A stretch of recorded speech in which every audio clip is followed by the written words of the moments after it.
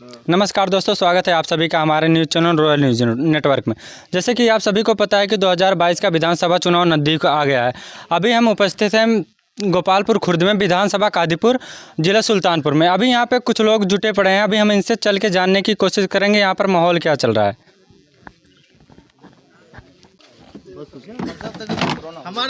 चाचा, अभी माहौल क्या चल रहा है यहाँ पे? किस पार्टी का माहौल चल रहा है? अब माहौल किस पार्टी का भी बताएं हैं?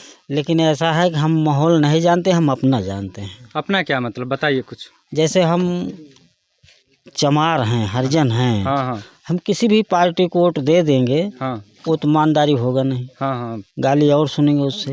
इसलिए हम चमार हैं तो हम मायावती छोड़ दूसरे को वोट नहीं देंगे। अच्छा, ये मतलब कुछ लोग सपा में भी जा रहे हैं जो आपके ही सपा कास्ट में के जाए लोग हैं। चाहे बासपा में जाए, लेकिन मैं जो अपना विचार है मैं मायावती को वोट दूंगा। आप मायावती को देंगे? चलो ठीक है, आइए चाचा से मिलते हैं।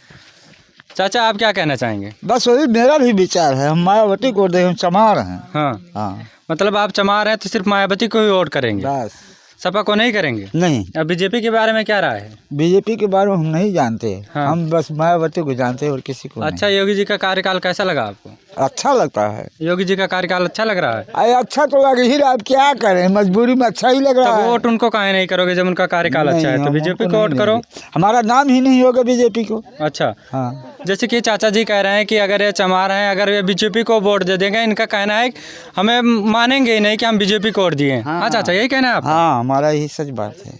अभी जैसे कि, तो आपका क्या कहना है? मेरा कहना ये है कि जो जैसा काम करेगा उस हिसाब से उसको वोट दिया जाएगा। अभी सबसे अच्छा कार्यकाल किसका लग रहा है आपको? अभी तो कार्यकाल फिलहाल किसी का सही नहीं है। हाँ, हाँ, तो योगी जी की सरकार आपको कैसी लगी? योगी जी की सरकार बिल्कुल ख़राब लगी है। इसमें युवा बिल्कुल बेरोजगार हैं। कोई भी हो, सब के सब बेरोजगार हैं। किस तरफ से बेरोजगार है, थोड़ा बताइए। बेरोजगार क्यों नहीं, पढ़े लिखे हैं फिर भी नौकरी नहीं मिल रही है। अभी तो पुलिस वाला, मतलब पुलिस की वैकेंसी क्लियर कर दी है। पुलिस की वैकेंसी की बात छोड़िए आप, जो कि SSC GD की जो परीक्षा थी 2018 की थी, उसका वो भी पेंडिंग में है। उसके बाद 69,000 शिक्षक भर्ती वो भी पेंडिंग में है। उसके लिए तो बोले थे कि अभी हम कुछ दिन में मतलब इसकी प्रक्रिया बताएंगे SSC GD की। इसका कोई भी निष्कर्ष अभी नहीं आया है। पहले चुनाव होगा, चुनाव के बाद कोई भी डिसीजन लिया जाएगा। इसके पहले कोई निष्कर्ष नहीं निकला है। जैसे कि आप लोग युवा हैं, आप लोग वोट किसे करेंगे? हम युवा हैं, भीम आर्मी को बिल्कुल सपोर्ट करते हैं और उसी को भी वोट देंगे। तो आप BSP को वोट क्यों नहीं देंगे? बसपा को वोट हम नहीं दे सकते। क्यों? कारण क्योंकि कारण है। कारण बताइए ना। हम देखिए, हम भीम आर्मी को मानते हैं। भीम आर्मी युवा संगठन है, क्योंकि 65% युवा लोग हैं जो कि भीम आर्मी को सपोर्ट कर रहे हैं। क्योंकि भीम आर्मी जो है सबके हित के लिए काम कर रही है। कोई भी सुख दुख हो, भीम आर्मी हमेशा उसको सपोर्ट करती है। अभी तो आपके मतलब यहाँ आपके विधानसभा मतलब कादीपुर में भीम आर्मी का कोई प्रत्याशी ही नहीं है। भीम आर्मी का कोई प्रत्याशी नहीं हो सकता है। देखो, अभी फिलहाल कुछ कंफर्म नहीं हुआ है। हाँ, अभी तक किसी कोई भी जवाब नहीं आया ऊपर से। अगर होगा तो यहाँ पे कोई कैंडिडेट का देंगे। अगर भीम आर्मी अपना कोई प्रत्याशी नहीं उतारती है तो आप किसे वोट करेंगे? तो भीम आर्मी कोई अगर कैंडिडेट नहीं उतारती है तो हमारी बसपा तो है ही है। अच्छा, आपकी बसपा तो है ही। बसपा को छोड़ के कहीं नहीं जाएंगे। आइए भाई साहब से मिलते हैं। भाई साहब, आप वोट किसे करेंगे? हम बहन जी को करेंगे। बहन जी को? जी। अखिलेश जी को क्यों नहीं करेंगे? कभी नहीं करेंगे। क्यों? बस हमारी इच्छा है कि हमारे घर पूर्वक बुजुर्गों ने भी जो है बहन जी को वोट करते आए हैं। हाँ। और हमें यही शिक्षा दी है कि कभी भी रहो बहन जी के साथ में रहो। तो चंद्रशेखर आज़ाद को क्यों नहीं वोट करेंगे? नहीं, हम उनको नहीं करेंगे। उनका क्या भरोसा है। वो तो युवाओं के साथ के हैं, वो भी आपके समाज से आते हैं। समाज से आते हैं, लेकिन उनको बहन जी के साथ में रहना चाहिए था। वो बहन जी से तो मिलना चाहते थे, बहन जी उनसे मिली ही नहीं। नहीं, हम तो बहन जी को वोट करेंगे। आप बहन जी को वोट करें? अच्छा, आप बीजेपी को 10 में से कितना नंबर देना चाहेंगे?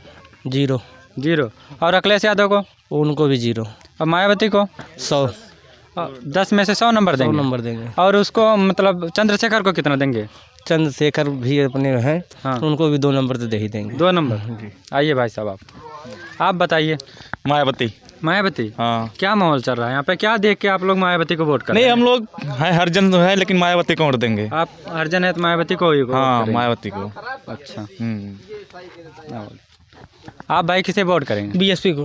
BSP को वोट क्यों करेंगे आप? BSP हमारी पुरानी पार्टी है, मजबूत पार्टी है, इसलिए BSP को वोट करेंगे। तो अभी जो आसपा पार्टी है उसको क्यों नहीं वोट करेंगे? वो भी तो आपके समाज से आती है। हमारी ही समाज से आती है, लेकिन अभी उतनी मजबूत नहीं है ना। बसपा मजबूत है, हमारे यहाँ मजबूत है। जब उसके साथ युवा जुड़ेंगे तभी वो मजबूत होगी ना। युवा जुड़ेंगे, ये तो जुड़ ही रहेंगे। जैसे कि चंद्रशेखर का कहना है कि हमारे साथ सारे युवा हैं, तो आप लोग भी युवा हैं, तो आप लोग बीएसपी को क्यों सपोर्ट कर रहे हैं? बीएसपी में पुरानी पार्टी है, मजबूत पार्टी बीएसपी भी। अच्छा। आसपास अभी बाद में भी आ सकती है ना, बीएसपी पुरानी हो जाएगी फिर। अच्छा, इसलिए हम बसपा को तो अभी आप योगी जी को 10 में से कितना नंबर देना चाहेंगे? 0 नंबर देंगे। और अखिलेश यादव को? उनको भी 0 देंगे। मायावती को? 10 में 10। 10 में 10। आइए भाई, चाचा सुन। हाँ चाचा, आप वोट किसे करेंगे? वोट किसको दूँ बताओ? हाँ, हम नहीं बताएंगे, आप बताइए, हम तो मीडिया वाले हैं। हाँ, तो मायावती तो खड़ी नहीं हो रही हैं अपने आप। तब कौन खड़ा हो रहा है? खड़ी हो रही, राष्ट्रीय अध्यक्ष हैं मायावती। हाँ, वो लड़ाएंगी। हाँ, अपने आप तो लड़ेंगी नहीं। जब उनका कैंडिडेट जीतेगा तभी तो वो मुख्यमंत्री बनेंगी। हैं?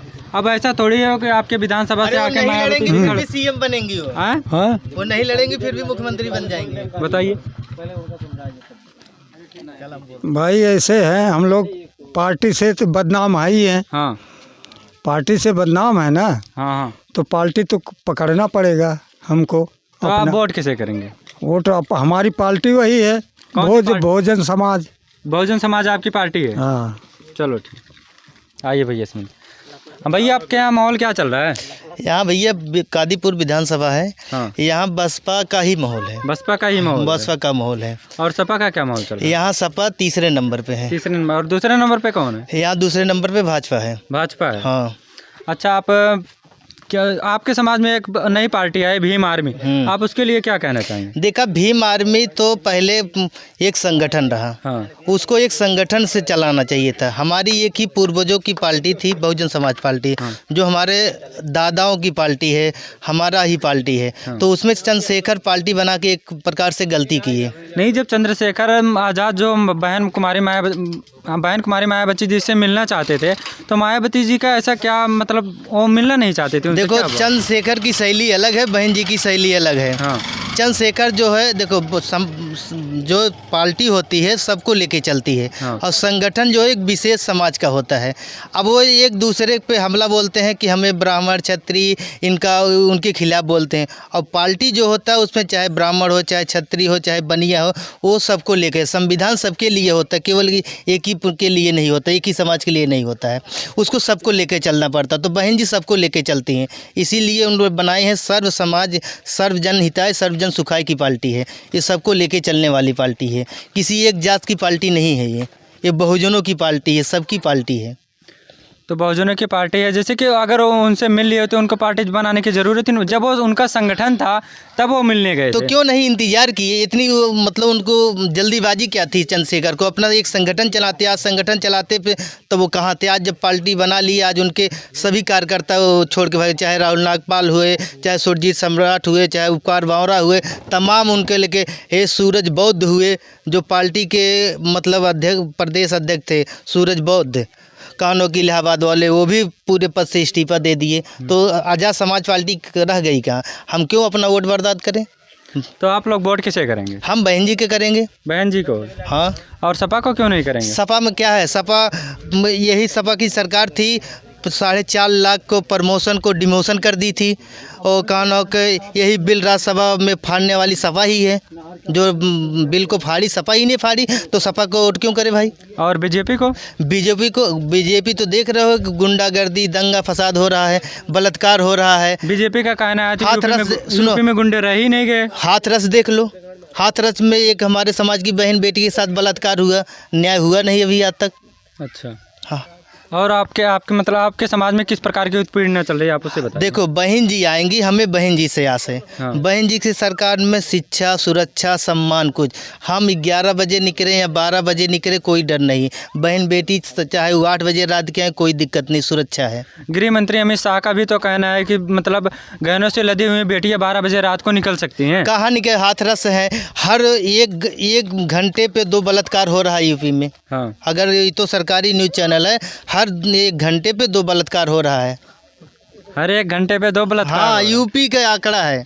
तो अच्छा, तो आप बता दीजिए कहाँ पे बलात्कार होगा? अभी हाथरस देख लो, उन्नाव देख लो, बहुत पुराना हो गया। तो उन्नाव देख लो।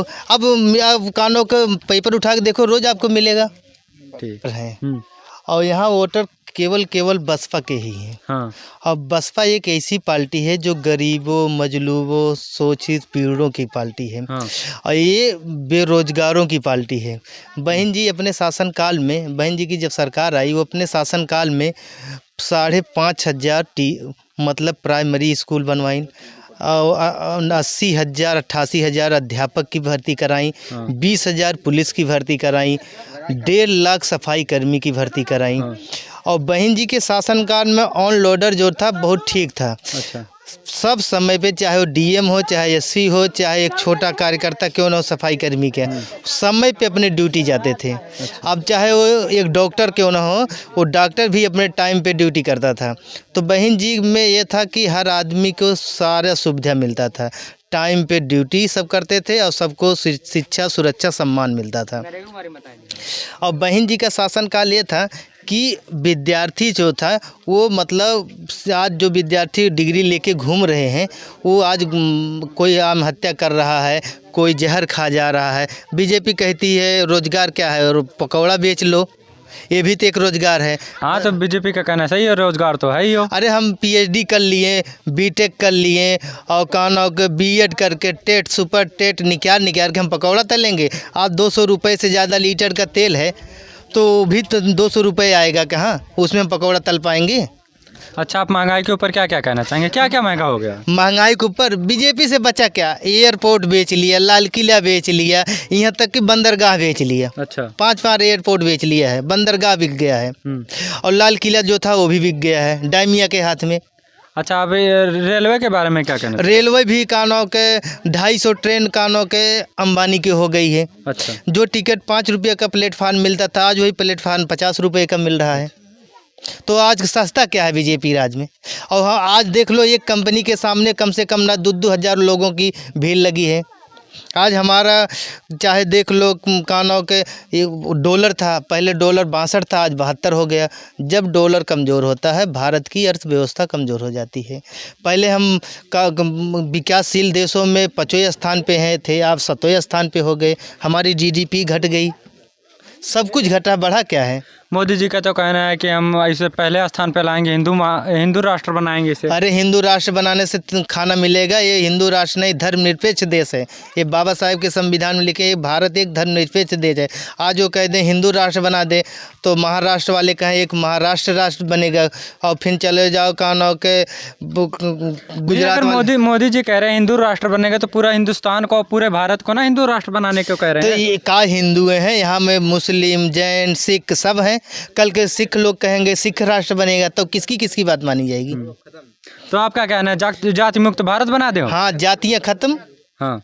और जात मुक्त का आरक्षण भी खत्म हो जाएगा। हाँ। जो लोग कहते हैं आरक्षण कानों के गरीब के अनुसार नहीं, एक जाति के अनुसार हुआ था। कभी देखे हो कि जाति के नाम से कभी पंडित शोषण हुआ है, ठाकुर का शोषण हुआ है?